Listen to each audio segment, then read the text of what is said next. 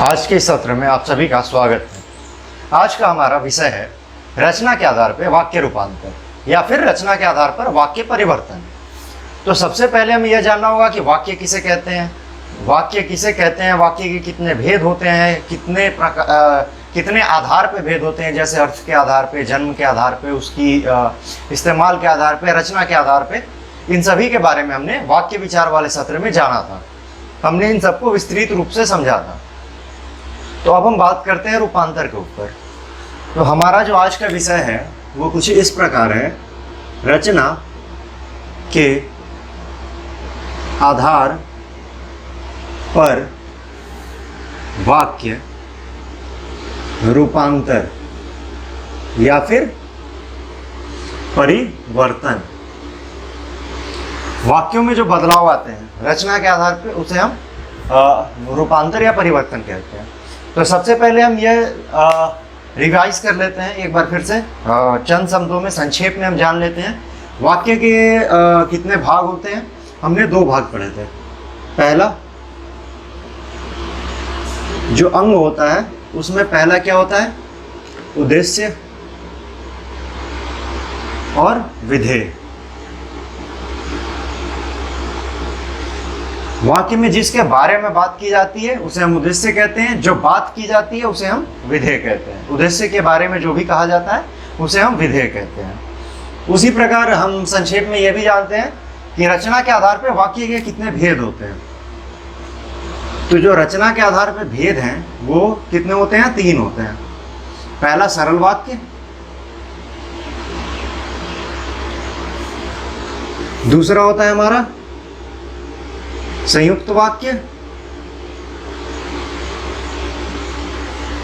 और तीसरा होता है मिश्र वाक्य या फिर मिश्रित वाक्य।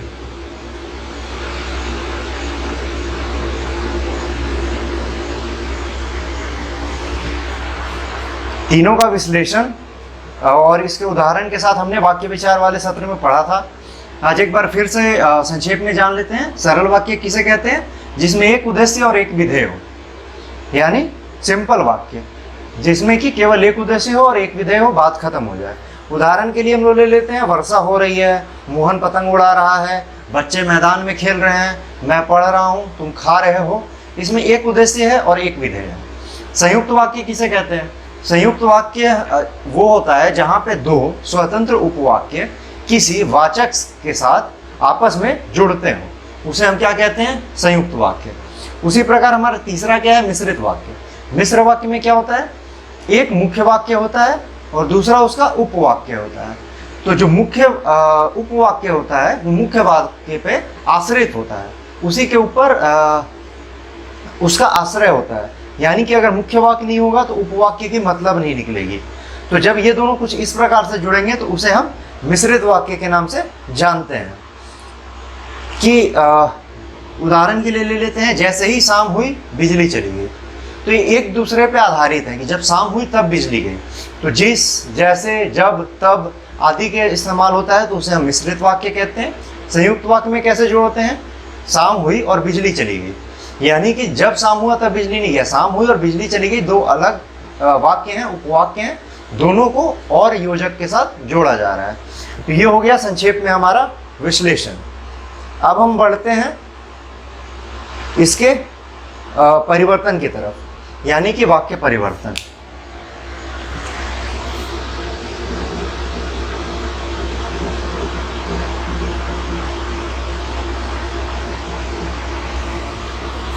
इन तीनों के बारे में विश्लेषण से एक बार फिर से समझने के लिए वाक्य विचार वाले सत्र को देखा जा सकता है।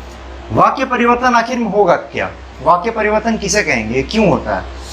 अगर सरल वाक्य को संयुक्त वाक्य में बदला जाए या संयुक्त वाक्य को सरल वाक्य में बदला जाए, सरल को मिश्र में बदला जाए या मिश्र को सरल में बदला जाए, मिश्र को संयुक्त में बदला जाए या संयुक्त को मिश्र में बदला जाए, तो उसे हम क्या कहेंगे, वाक्य परिवर्तन।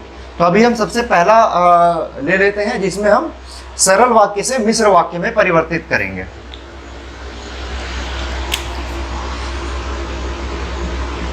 सरल वाक्य से किस में परिवर्तित करेंगे, मिश्र वाक्य में। ठीक है, तो उदाहरण के लिए पहला वाक्य हम ले लेते हैं कि अच्छे लड़के मेहनती होते हैं। हमारा आज का पहला सरल वाक्य है,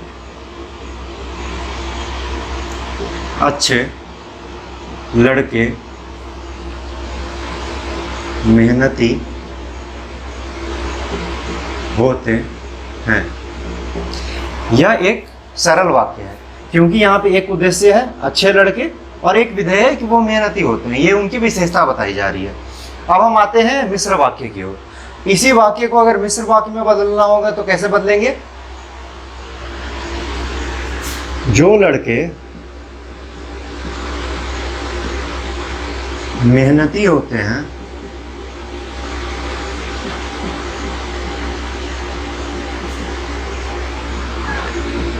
वो अच्छे होते हैं। यहाँ पे जो और तो जैसे शब्दों का इस्तेमाल करके हम एक सरल वाक्य को मिश्र वाक्य में तब्दील कर लेते हैं। तो एक सरल वाक्य था अच्छे लड़के मेहनती होते हैं, उसका मिश्र वाक्य क्या बना? जो लड़के मेहनती होते हैं वे अच्छे होते हैं। आज का हम अपना दूसरा उदाहरण लेते हैं।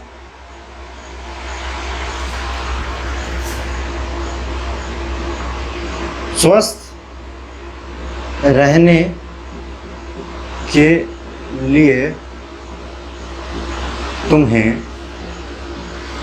दूध पीना चाहिए। अब इसका मिश्र वाक्य क्या बनेगा कि जो दूध पीता है वो स्वस्थ रहता है, या फिर यदि स्वस्थ रहना है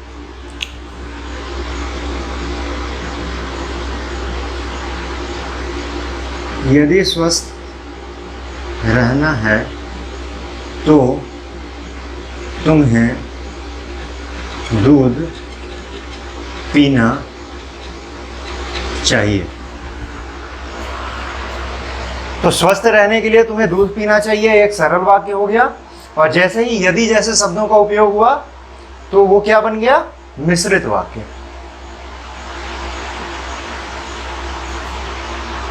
एक और ले लेते हैं, तीसरा हम उदाहरण।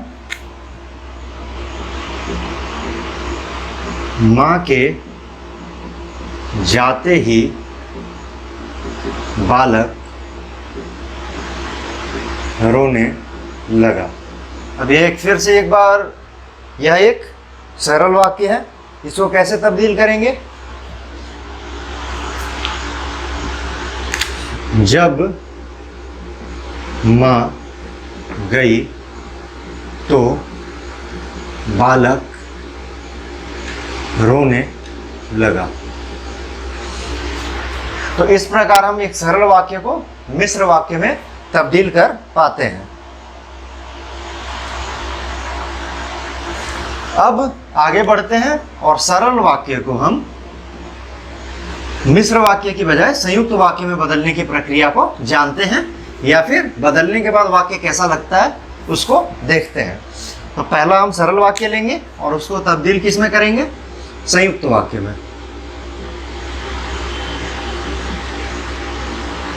अब इसका हम पहला उदाहरण ले लेते हैं। आप खाना खाकर आराम करें। पहला उदाहरण हमारा क्या हो गया? आप खाना खाकर आराम करें।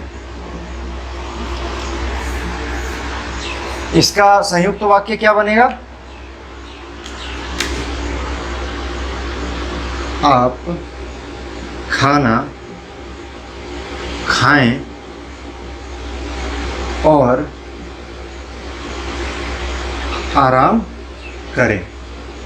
इस प्रकार हमने एक वाक्य को दो वाक्य में बदला और के योजक के साथ उसको जोड़ा।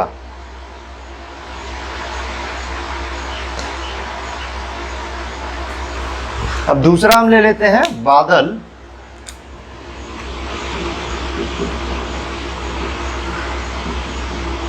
घिरकर भी ना बरसे। यह एक सरल वाक्य है और इसे हम संयुक्त में कैसे बदलेंगे? बादल घिरे परंतु वर्षा नहीं हुई। तीसरा उदाहरण ले लेते हैं हम लोग कि कठोर बनकर भी सहृदय रहो।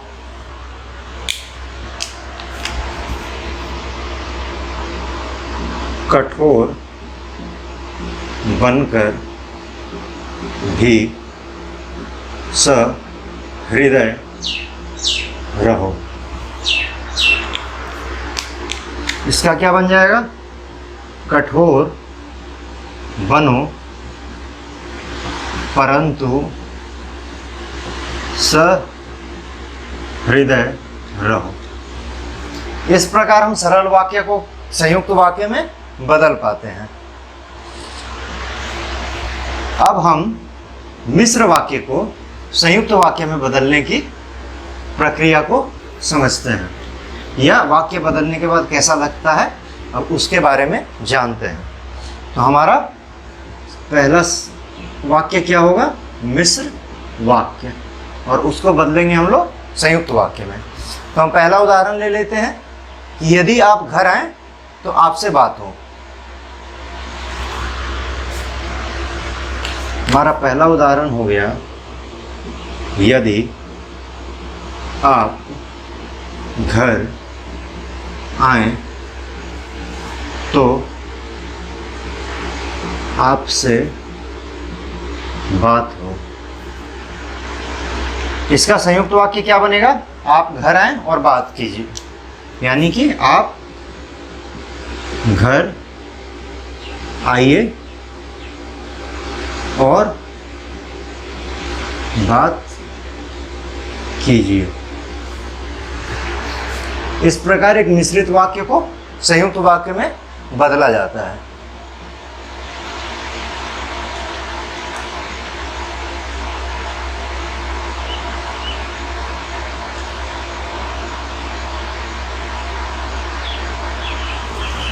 दूसरा ले लेते हैं, वह मेरे पिताजी हैं जो कुर्सी पर बैठे हैं।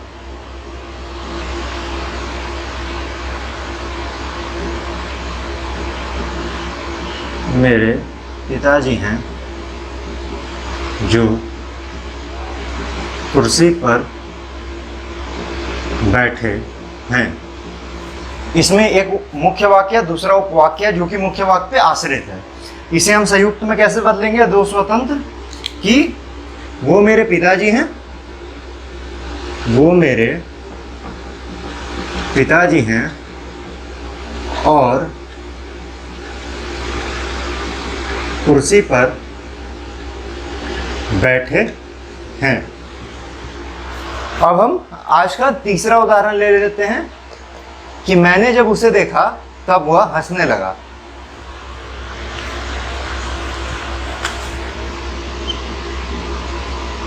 मैंने जब उसे देखा तो वह हंसने लगा। इसको कैसे तब्दील करेंगे? मैंने उसे देखा, पहला वाक्य, मैंने उसे देखा और वह हंसने लगा। इस प्रकार से हम मिश्र वाक्य को किसमें तब्दील करते हैं? संयुक्त वाक्य में। अब हम अपना चौथा रूपांतर जानते हैं, जिसमें हम मिश्र वाक्य को सरल वाक्य में तब्दील करेंगे। सरल वाक्य में तब्दील करने के लिए क्या होगा? ये जो दो मुख्य वाक्य और एक उपवाक्य है, यानी कि जो दो उपवाक्य हैं एक वाक्य के अंदर, उसे हम एक ही वाक्य में तब्दील कर देंगे। तो क्या बन जाएगा हमारा? सरल वाक्य। सरल वाक्य। तो इसके लिए हम पहला उदाहरण ले लेते हैं। जब वर्षा होती है तब मोर नाचने लगते हैं। जब वर्षा होती है तब मोर नाचने लगते हैं। इसका सरल वाक्य क्या होगा? दो वाक्यों को हमें एक में तब्दील करना है। तो वर्षा होने पर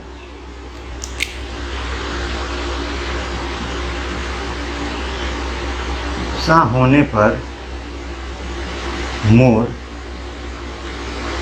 नाचने लगते हैं। ये हो गया हमारा पहला उदाहरण। हम दूसरा उदाहरण ले लेते हैं कि राम ने कहा कि वह निर्दोष है।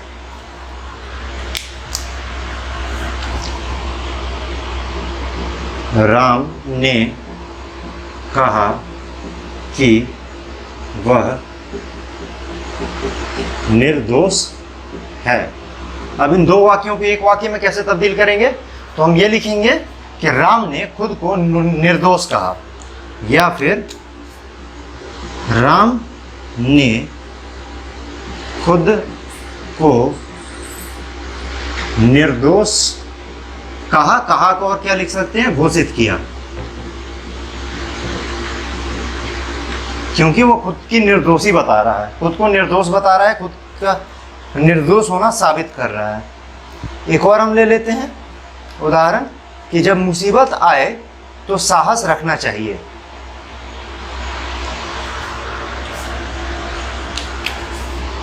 तीसरा हमारा उदाहरण है, जब मुसीबत आए तो साहस रखना चाहिए। अब एक बार फिर से हमें दो वाक्यों को और उसके इन दो योजकों को हटा करके सरल वाक्य बनाना है। तो हम क्या लिखेंगे? मुसीबत आने पर भी हमें साहस रखना चाहिए, या मुसीबत आए तो भी साहस रखें।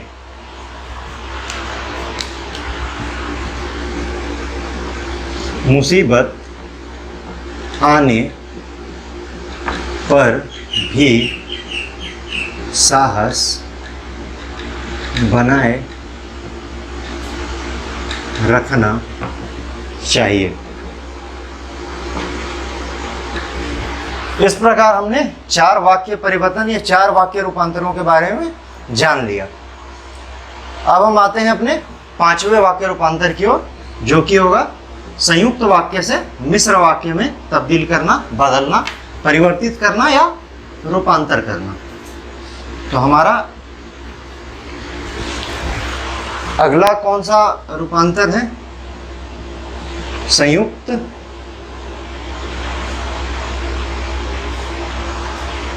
वाक्य से किसमें बदलना है? मिश्रित वाक्य में।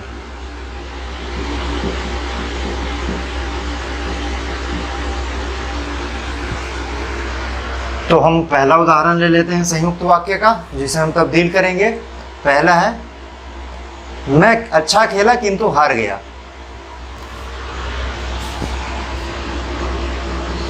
मैं अच्छा खेला किंतु हार गया। अब इसको मिश्र वाक्य में कैसे बदलेंगे? यद्यपि मैं अच्छा खेला परंतु, यद्यपि मैं अच्छा खेला फिर भी हार गया। तो यद्यपि और फिर का इस्तेमाल करके हमने एक संयुक्त वाक्य को मिश्रित वाक्य में बदल दिया।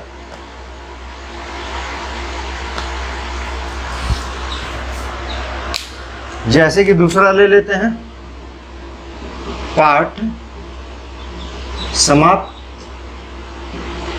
हुआ और घंटी बजी। इस वाक्य में दो स्वतंत्र उपवाक्य हैं। एक पाठ समाप्त हो गया है और दूसरा तरफ हमें क्या पता चल रहा है कि घंटी बजी है। वहीं अगर इसको मिश्र वाक्य में तब्दील कर दे कि जैसे ही पाठ खत्म हुआ वैसे ही घंटी बजी, जैसे ही पाठ खत्म हुआ,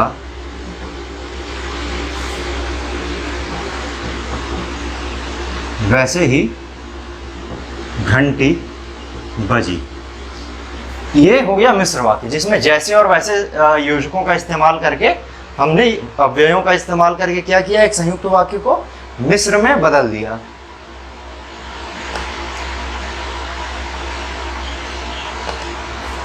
अब एक और ले लेते हैं उदाहरण। राम ने कहानी सुनाई, राम ने कहानी सुनाई और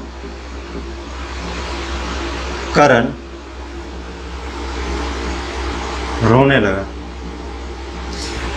यह एक वाक्य है जिसमें राम के कहानी सुनाने और करण के रोने की स्थिति को बताया गया है, दो अलग अलग वाक्यों के सहारे।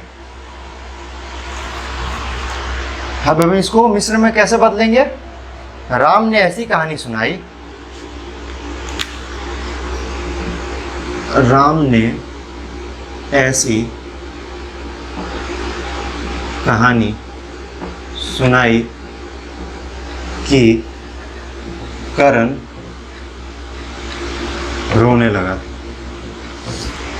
अब इसमें क्या हुआ, जो मुख्य वाक्य, एक वाक्य जो मुख्य वाक्य बन गया और दूसरा उस पर आश्रित हो गया कि ऐसी कहानी सुनाई कि करण रोने लगा। अब ऐसी और की शब्द का इस्तेमाल करके हम संयुक्त को मिश्र वाक्य में बदल देते हैं। तो हमारे कुल मिलाकर के इतने तरीकों से वाक्य का रूपांतर हो पाता है।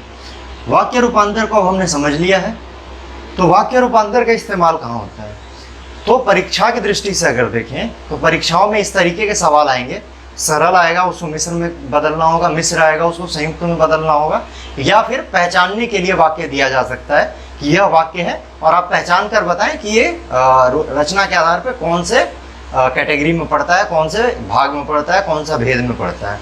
ठीक है, तो इसके बारे में अगर विश्लेषण में जानना हो तीनों भेद के बारे में तो हम वाक्य रचना वाले सत्र में जाएंगे, और वाक्य परिवर्तन के बारे में और उदाहरण देखना हो तो हमने यहाँ पर देख लिया। तो आज के सत्र में इतना ही, आगे के सत्र में नए विषय के साथ मिलेंगे। धन्यवाद।